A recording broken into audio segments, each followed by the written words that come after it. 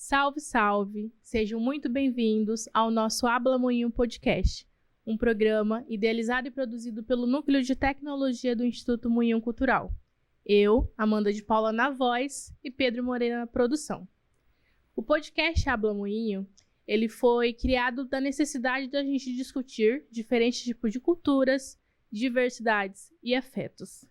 E por falar em cultura, hoje a gente está com uma pessoa que já tinha que estar aqui desde o início do podcast para a gente poder discutir um pouco sobre interculturalidade, fronteira, políticas linguísticas, assuntos necessários e que tinha que ser com ela, que é graduada em Letras com habilitação em Português e Espanhol pela UFMS, Campus Pantanal, mestre em Educação pela Universidade Federal de Mato Grosso do Sul e doutorado em Educação pela Universidade de São Paulo.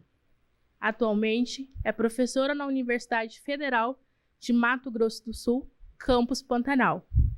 Experiente na área de letras, com ênfase na prática de ensino de línguas adicionais estrangeiras, principalmente português e espanhol. Formadora de professores. Ela, Susana Mancilha. Seja bem-vinda, prof. Muito obrigada. Muitas graças. Muito obrigada por estar aqui com a gente. Como eu disse antes de iniciar, já era de se esperar esse convite, a gente estava já programando. E não é só eu que precisava conhecer. É Corumbá, é MS, é Brasil. Quem estiver ouvindo a gente precisa conhecer a sua pessoa, o seu trabalho e a importância dele para o Instituto Moinho Cultural e para Corumbá principalmente, Corumbá de Bolívia. Prof, a gente tem um momento tradicional aqui, que é a entrega de brindes. Eu já vi que a senhora até chegou com brindes, porque a senhora já foi presenteada hoje, porque a senhora tem um trabalho maravilhoso, então está sempre presente nas ações envolvendo a educação e instituições, enfim. E o nosso presente, hoje ele tem um gostinho um pouco mais especial. A gente sempre faz a entrega de brindes para os nossos convidados, pensando um pouco na personalidade, né, na identidade de cada convidado. Então é sempre muito especial cada produção aqui, que é assinada pelo Pedro. E hoje, inclusive, o presente é assinado pelo Pedro também, porque o nosso produtor, ele é tudo, ele é artista, tudo que a senhora imaginar. E aí foi feito por ele, com muito carinho, e a gente quer que a senhora receba. Eu recebo com muito carinho e afeto. Eu posso abrir? Pode, por favor. Porque a curiosidade é enorme, né? E tem gostinho especial, porque o Pedro tá se despedindo da gente aqui no podcast. Ah, sim. Ele vai trilhar outros caminhos. Sim, com certeza luminosos também. Com certeza. E vejamos. Aí, a gente falou, essa produção vai ser dele, que ele vai ter esse gostinho. Agora eu vou ver. Que maravilha! Dice así, compasión, prestar atención a lo que el otro necesita. Maravilloso, me encantó. Pedro, te voy a llevar en el corazón. Gracias, me encantó. Ai. Como estabas hablando de hablar, de que llegue a otras personas, yo quería también pedirte un permiso. Tá bom. Es hablar en español. ¿Puede ser? Pode intercambiar um pouquinho espanhol e português? Posso. Eu. A senhora com certeza. Ya, entonces tranquila. Tú me puedes preguntar en portugués, yo te respondo a veces en portugués, otras en español, ¿de acuerdo? Isso, estou de acordo. Maravilhoso, muito obrigada por isso também. É importante pra gente, né? Já que o podcast ele tem essa identidade, né? Habla Moinho, é aberto e sempre que possível. Bom, prof, você é uma referência intelectual. Graças, Zia. Foi, inclusive, muito difícil poder escrever esse roteiro com tanta coisa boa no currículo. Eu pude ver muita coisa da senhora na internet, pesquisas, então nem se fala. Produções já de audiovisual, inclusive, a senhora já participou de alguns podcasts. Eu vi, inclusive, gravações no YouTube de outras universidades. E eu pensei, falei, como a gente tem uma pessoa dessa aqui em Corumbá e a gente precisa reconhecer e expor essa pessoa, né? Essa importância, esse tamanho, essa potência. E aí eu vi que a senhora tem experiência vasta na área educacional, com projetos, com artigos, participações em livros publicados, formadora, né, potente, como eu já disse. E eu queria muito saber como foi essa trajetória, vida acadêmica. Fica à vontade para falar para mim. De acuerdo. Bueno, son muchos años, ¿no? Entonces, voy a hacer un pequeño resumen. Es necesario que diga que yo soy hija de bolivianos y que nací en São Paulo. Entonces, ese hecho hizo con que nosotros, mi familia, cuando digo nosotros, es mi familia inaugural, vamos a decir así, mi papá, mi mamá y mis hermanos y yo, transitáramos por esta frontera muchas veces. Entonces, el destino era de São Paulo a Cochabamba y de Cochabamba a São Paulo. Entonces, así me constituí persona del mundo, voy a decir, porque de todos los lugares donde estoy yo me enamoro. Entonces, donde voy, yo digo, yo podría vivir aquí tranquilamente, entonces me enamoro. Y por ese motivo, las lenguas también estaban siempre presentes en mi vida. Entonces, mi papá es quechua hablante y ya no está aquí, pero bueno, permanece, ¿no? Y él aprendió castellano en la escuela. Y mi mamá es hija de una hablante de Aymara, ¿no? Él de Cochabamba, ella de La Paz y los hijos nacidos en São Paulo. Y esa es nuestra familia multicultural. Entonces, essa família multicultural... É daí que a identidade de Susana Mancilha surge, né? Isso, de aí a los poucos também. Sim. Porque, del mismo modo como muita gente tem limitações em aceitar, a vezes, essa diversidade, nós também passamos por isso. E digo nós porque é uma questão familiar, não? Por exemplo, eu vivi numa década em que não se aprendia a língua originária. Então, em Cochabamba, eu podia aprender a falar quechua e não he aprendido, porque socialmente não era bem conceptuado. Então, mi papá que era quechua hablante, nunca nos incentivou a que habláramos, ¿no? Pero no por maldad, sino porque era una cuestión social. Entonces, ahora recién estoy aprendiendo a hablar quechua así y esforzándome, ¿no? Porque estudio por la internet, por ejemplo, escucho mucho y canto, entonces me gusta practicar de esa forma esa lengua originaria que hace parte de mi historia, ¿no? Entonces, por ese motivo digo que a veces uno no se reconoce en un momento especialmente desde siempre, pero va reconociéndose a los pocos y reconociéndose, sí, conociéndose y reconociéndose, ¿no? Porque al mirar a los otros, uno consigue, vamos a decir así, verse también, ¿no? A veces, por ejemplo, nosotros que hemos vivido algunos años en Brasil, otros años en Bolivia, no teníamos esa identidad de decir soy boliviano, soy brasilera. Hoy día mismo me preguntaron de dónde, y bueno, yo tengo mi identidad brasileña, he nacido en Brasil, mis papás son bolivianos, yo hablo castellano, ¿de dónde soy? Yo digo de todo lugar, soy de donde estoy, porque no me siento así limitada para decir así, por ejemplo, soy brasilera o soy... Sí, porque yo creo que la identidad no es fija, es una identidad que va fluyendo, es como el río. El río fluye, ¿no? Y nosotros fluimos también. Y si estamos principalmente en armonía con la naturaleza, nosotros vamos juntos, ¿no? Y vivenciamos eso lo que hay. Porque mira, si estoy aquí en la frontera ahora, imagínate yo tener una idea centralizada en una u otra identidad. E se todas as pessoas pensassem dessa forma, eu acredito que a gente teria muito mais empatia com todas as pessoas, independente da localização. A gente teria uma integração válida, né? Recíproca. Eu quando me hablan de integração, eu me quedo um pouquinho assim, doy um passo atrás. ¿Sabes por quê? Porque me parece que hay que pensar primero una interacción. Interacción, porque la integración es un proceso más profundo. Sí.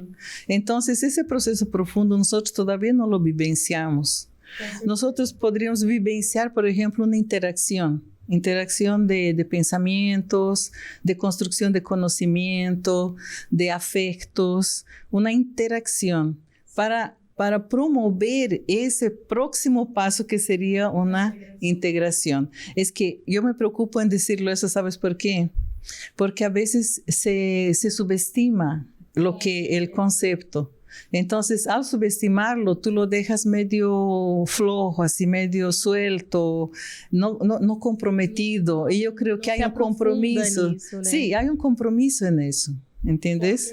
É um compromisso que não é assim de qualquer forma. Importante, eu gosto mesmo dessas provocações, porque a gente precisa, né, dar esses primeiros passos e ser provocado para poder fazer as coisas da forma certa, né, da forma correta. De uma forma que seja construtiva, Sim. Porque também, como dices, certo e errado, também não é muito assim, ¿no? Vamos a decir lo que es mejor, lo que es adecuado, lo que es productivo, pero sabes que eso todo hace parte de nuestra formación. Te voy a poner un ejemplo. Mucha gente dice assim, meu norte é seguir por este caminho, meu norte é seguir essa profissão, por exemplo, né? Pero ¿por qué utiliza el término norte? Porque hay una cuestión de ideología en esto, ¿entiendes? ¿Por qué el sur no es tan importante como el norte? ¿Por qué el norte es la conducción? Es porque ha habido toda una construcción ideológica que ha dicho eso. Sí. Ha dicho que el norte es lo que nos guía. Sí. ¿No? Sin embargo, no siempre es así. Nosotros estamos en la región sudeste, o sudoeste, o no. Perdão, centro-oeste, ¿no? Ya no sé dónde estoy, en la región centro-oeste. Y eso puede ser mi conductor, pensar en la región centro-oeste y no necesariamente pensar en un norte, porque esa cuestión de norte se ha constituido como algo que debe ser seguido. Tem que ser aquilo, né? Es aquello, ¿no? Entonces, y no siempre es así. Hay que plantearse eso. Cuando yo digo plantearse, significa cuestionarse. Sim. Sobre isso. Porque são coisas assim que tu repites e se queda dessa forma. Pero, e onde está nosso pensamento crítico, não é nisso? Perfeito. Não é verdade? Isso é verdade. Estamos localizados numa cidade pantaneira, fronteiriça, sendo a capital do Pantanal, Corumbá. Um bioma que também consegue englobar o país vizinho, Bolívia. A gente é uma riqueza cultural notável pelo mundo inteiro. Mas quando a gente fala da valorização da língua, a gente falha bastante. E aí eu queria entender de onde vem essa construção de preconceito, de limitações, essa construção histórica, porque pelo que eu vi nas pesquisas que a senhora faz, a gente consegue explicar um pouco dessa construção. De onde vem? Sí, bueno, no es simple la respuesta. Tú me estás diciendo, provocando con una tesis, ¿no? Entonces tendría que desarrollar una tesis sobre esto. Pero bueno, no... Ya tenemos una idea de tesis. Sí, una idea, claro, con seguridad. Porque los factores son diversos, ¿no? Sí. Nosotros como seres complejos que somos, entonces tenemos toda una historia, una trayectoria social, cultural y de colonización y de lucha y de, bueno, son varios aspectos que van a que están en juego en esto, ¿no? Entonces, me parece así, por ejemplo, por lo que he visto aquí, porque yo cuando llegué aquí me pasó lo siguiente, yo digo llegué fue en 2008, porque hice un concurso para la Universidad Federal como profesora de español del curso de letras y aquí me quedé trabajando. Entonces yo tenía una idea así totalmente distinta porque yo pasaba siempre esta frontera, pero nunca la habité. Entonces la primera vez que viví la frontera fue a partir de 2008. Y yo vine con unas ideas así, por ejemplo, yo voy a poder enseñar castellano a mis alumnos brasileiros cruzando la frontera, les voy a mostrar lo que es la lengua, vamos a comunicarnos, vamos a interagir, ¿no? Interactuar con nuestros vecinos y en fin. Y primero esa que fue una idea, así medio que no tenía ninguna base. Uh-huh. ¿Por qué? Porque los alumnos se mostraban así, rechazando esa idea del español. Pero mira, son alumnos que se van a graduar en español. Uh-huh. Pero en el fondo tenían muchas rencillas, muchas diferencias. Uh-huh. Y yo me quedé pensando, pero ¿con qué es la diferencia? Yo inicialmente pensé que era con la lengua. Pero la lengua no es una entidad sola. La lengua va con las personas. Entonces, las personas que hablan esa lengua son las que producen ese sentimiento de rechazo. ¿Y quiénes son los más próximos? Los bolivianos. Entonces, ha sido también un proceso de descubrir eso, ¿entiendes? Porque yo me identifico como boliviana y brasilera. Entonces, que un brasilero no reconozca un boliviano así o que lo rechace con un prejuicio, un preconceito, ¿no?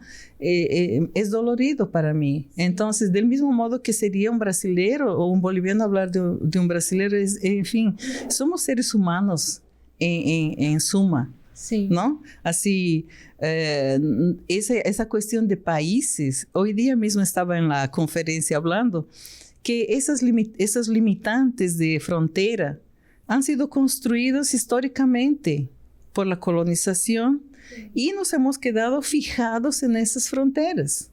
Como si llegar a la frontera sería lo máximo que podíamos y no ultrapasar o no transitar.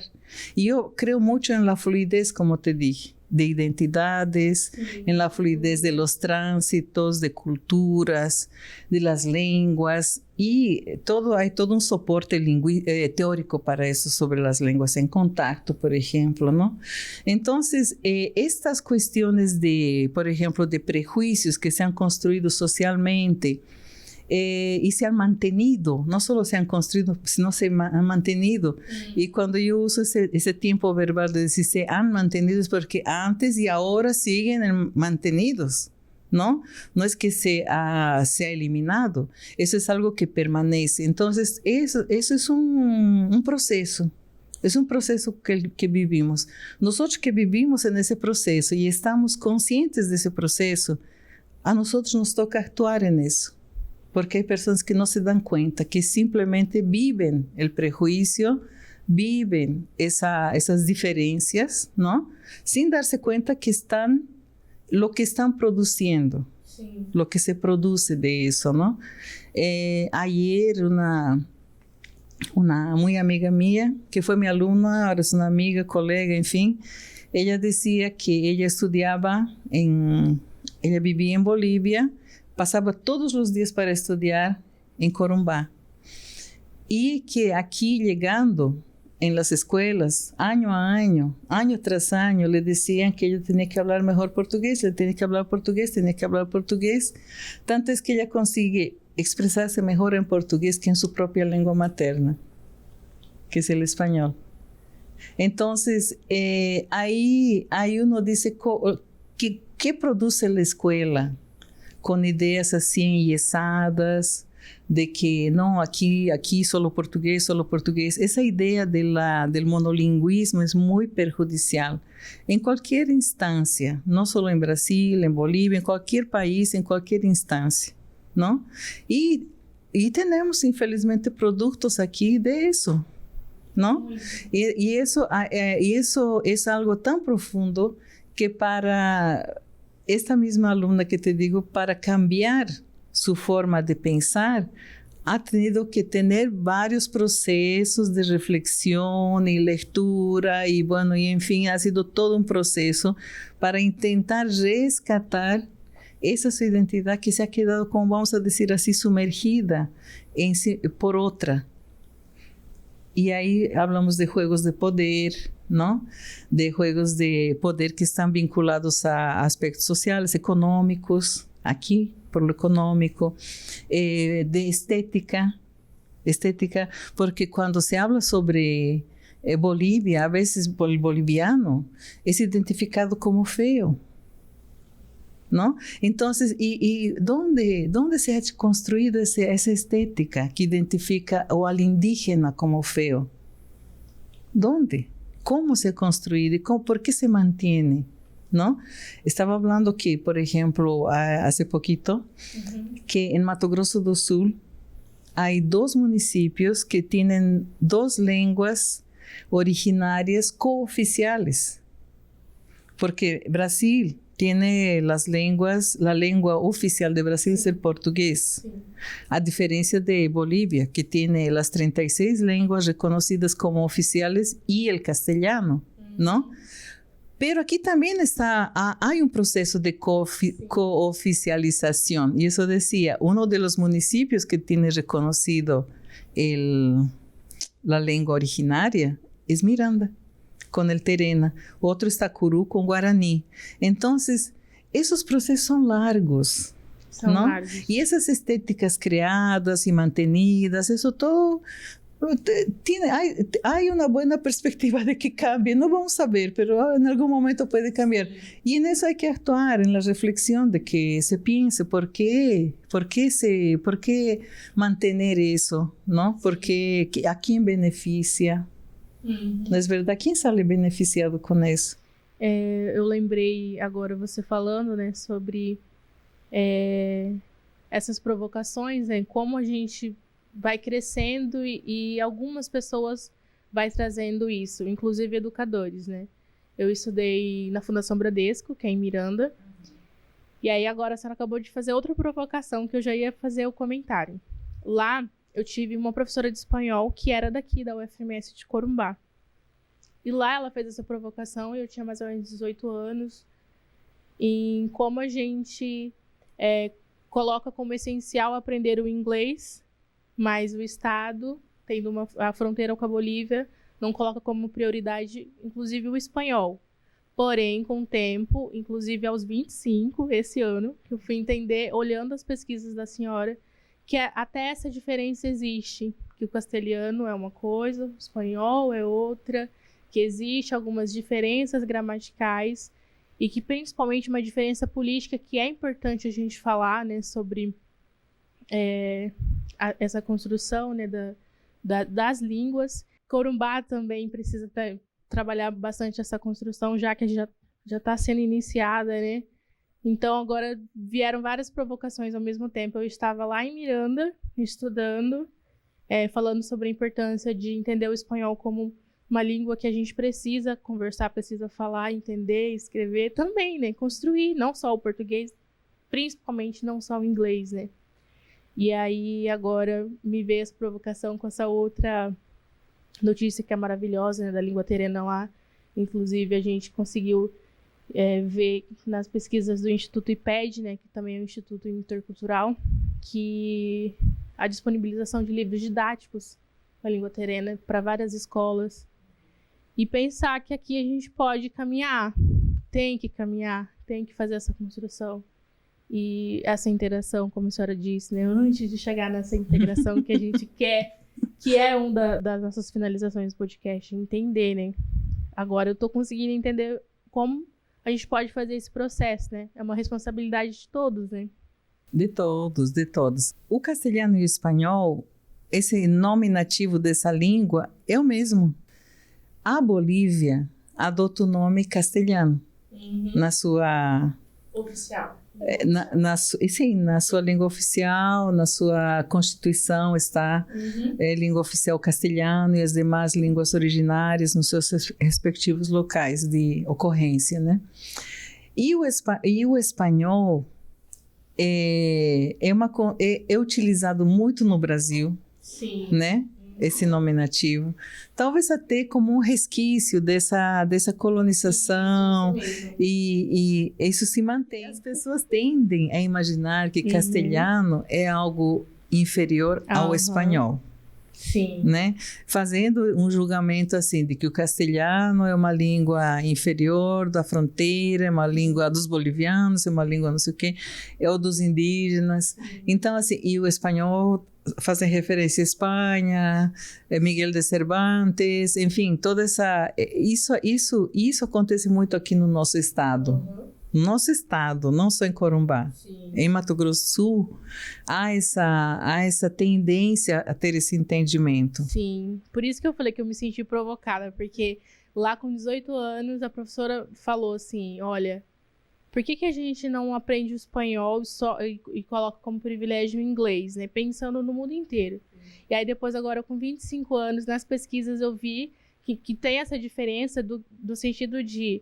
E que alguns países que foram colonizados, eles colocam que é uma questão política mesmo. É por uma questão política. A gente sim, é castelhano, ideológica. não é espanhol. O espanhol é a língua do colonizador. Por isso que eu trouxe essa questão, né?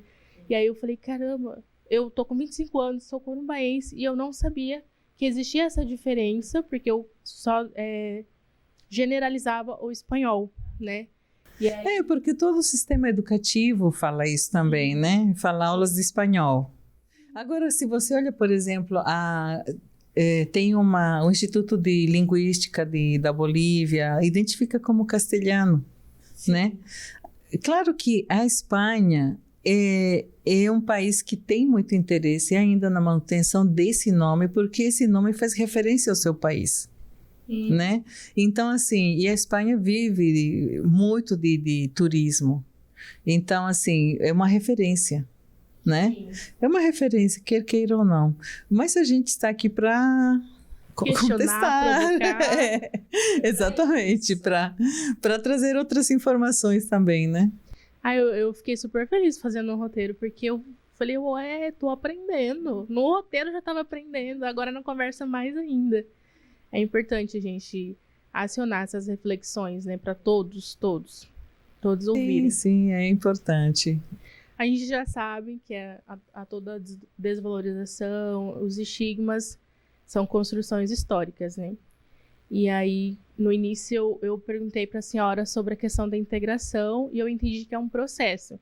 Porém, né, antes disso, né, essa interação, e eu me questiono bastante, né? Como a gente consegue fazer essa integração acontecer antes da interação também, porque aqui, inclusive no Instituto Moinho Cultural, tem essa questão fortíssima, né, da gente fazer toda essa interação acontecer, mas eu sei que Corumbá, inclusive, como município, o estado também, a gente ainda precisa conversar muito sobre isso.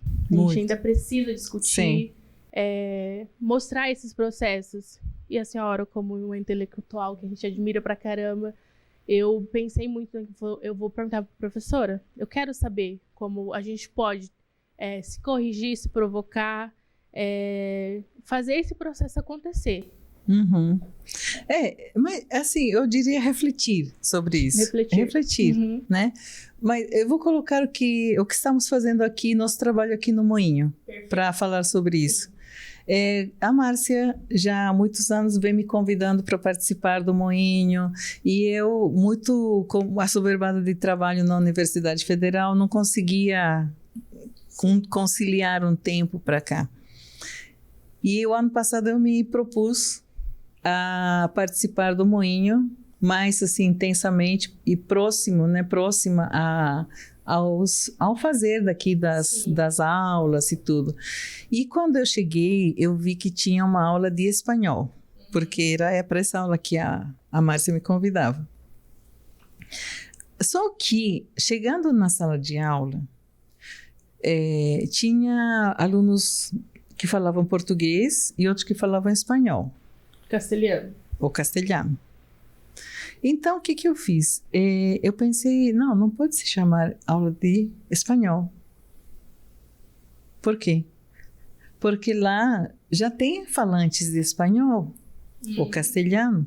Então, por que chamar aula de espanhol? E aí fui atrás de uma pedagogia que pudesse trabalhar um ambiente como o Moinho, que na verdade é o ambiente que também acontece na escola. Sim. Nas escolas de Corumbá.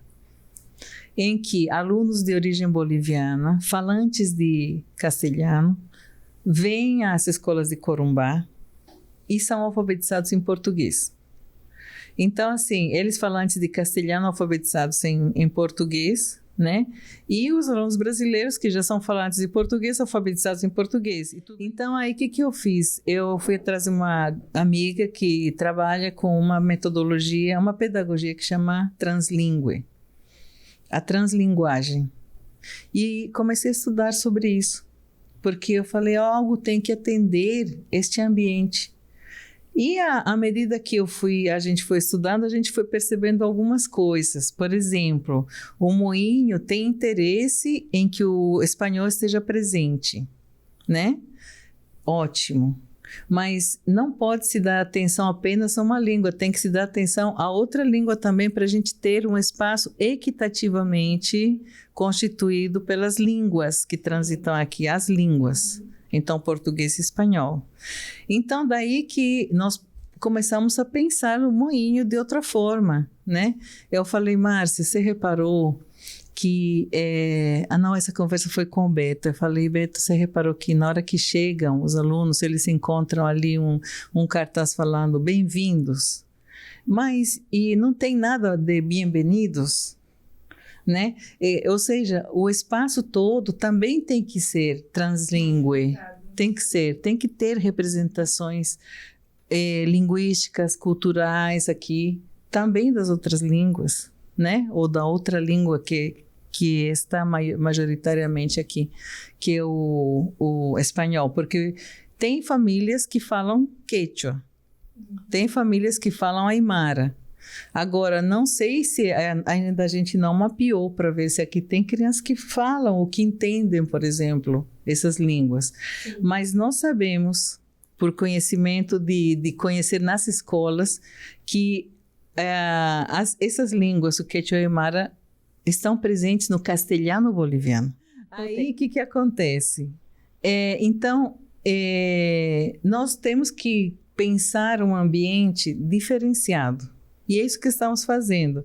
E não sei se você reparou no horário, já não está mais escrito aulas de espanhol, está escrito práticas linguísticas. Sim, eu vi. Isso, que é uma mudança, você entendeu? Para dar espaço a outras formas de ensinar ou de se falar sobre as línguas, de praticar a comunicação linguística. A gente começa na base, né? Exatamente. E até com até com a nomenclatura. Você pode falar, mas isso é uma bobagem. Não é. Não é. É como o nome. Teu nome tem um significado, não tem? Então, é por isso. É o nome.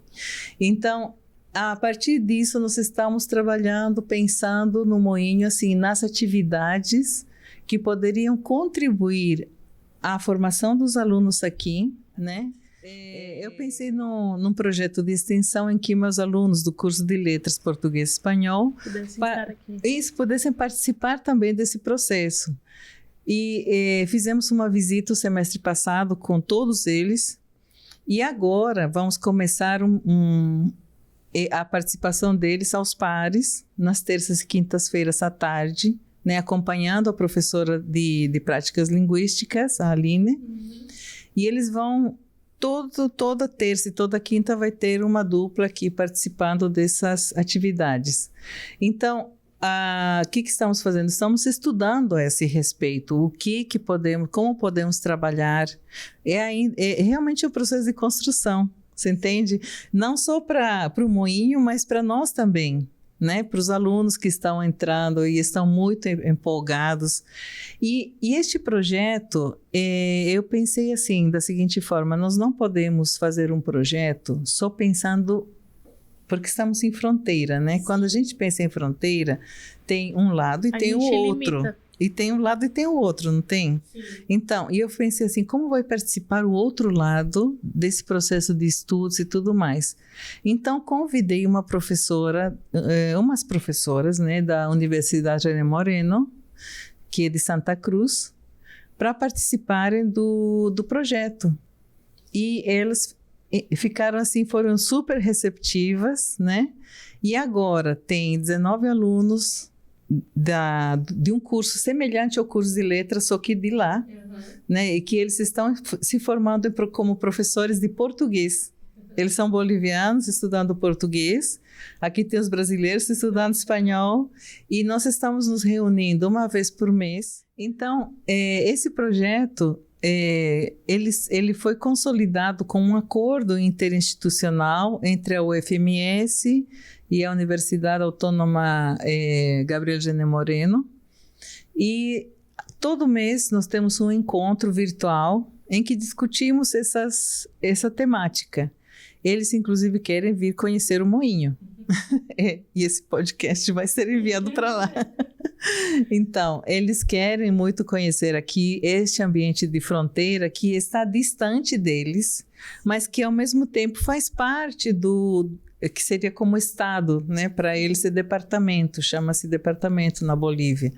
Santa Cruz é fronteira com o Brasil pelo departamento de Santa Cruz, né, a fronteira. Então, essa é uma questão.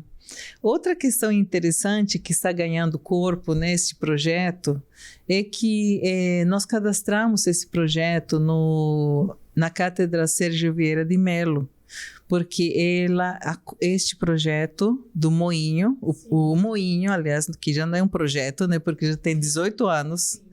Então, o Moinho acolhe alunos de origem boliviana ou bolivianos, não sei se são todos bolivianos ou são alguns de origem boliviana só, e acolhe, então, ele é considerado um projeto que acolhe essa população migrante, que é, de certa forma, migrante, como se denomina, migrante pendular, que vem e volta, né? Vem, faz essas atividades aqui e volta, então por isso chama migrante pendular. E também, provavelmente, já tem processo de cadastro, não sei, tenho que verificar, pela Acnur, na ONU. Então, assim, é um projeto que está crescendo, né? E quer dar visibilidade, principalmente, o que nós queremos? É que tenha continuidade. Essa é a história, porque o que acontece muitas vezes? Você faz um projeto, né? Inicia e para. E não tem continuidade. E cria um monte de expectativas e não se pensa. Eu estou pensando muito na continuidade desse projeto. Nosso projeto de extensão, né? Que ele venha a ganhar uma consistência de tal que ele possa se manter, né?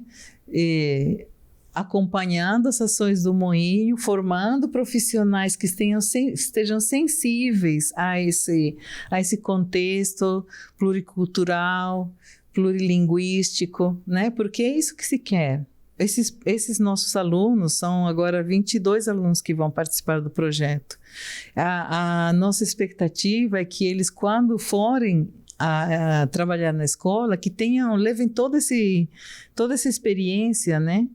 De pensar a translinguagem, pensar as línguas, pensar a equidade. Vai movimentando no ambiente escolar, a gente consegue movimentar esse modelo de extensão. Exatamente. Aí chega na escola, que é o lugar em que precisa tanto dinamizar esse tipo de... Porque, olha, a translinguagem tem previsto assim, a justiça social.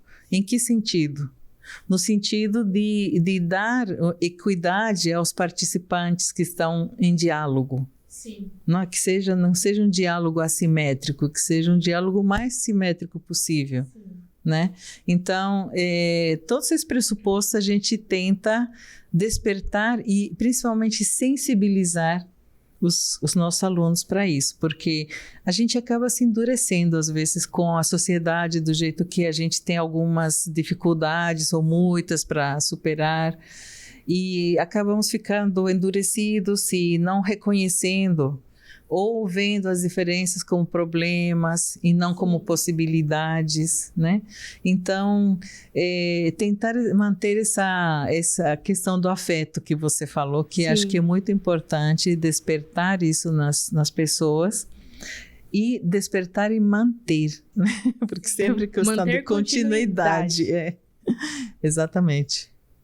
Nossa, eu repetindo, eu aprendi muito. Eu tô aprendendo muito, né? E juro que eu anotei somente 3 provocações que eu senti ao longo dessa pesquisa, mas você trouxe muito mais.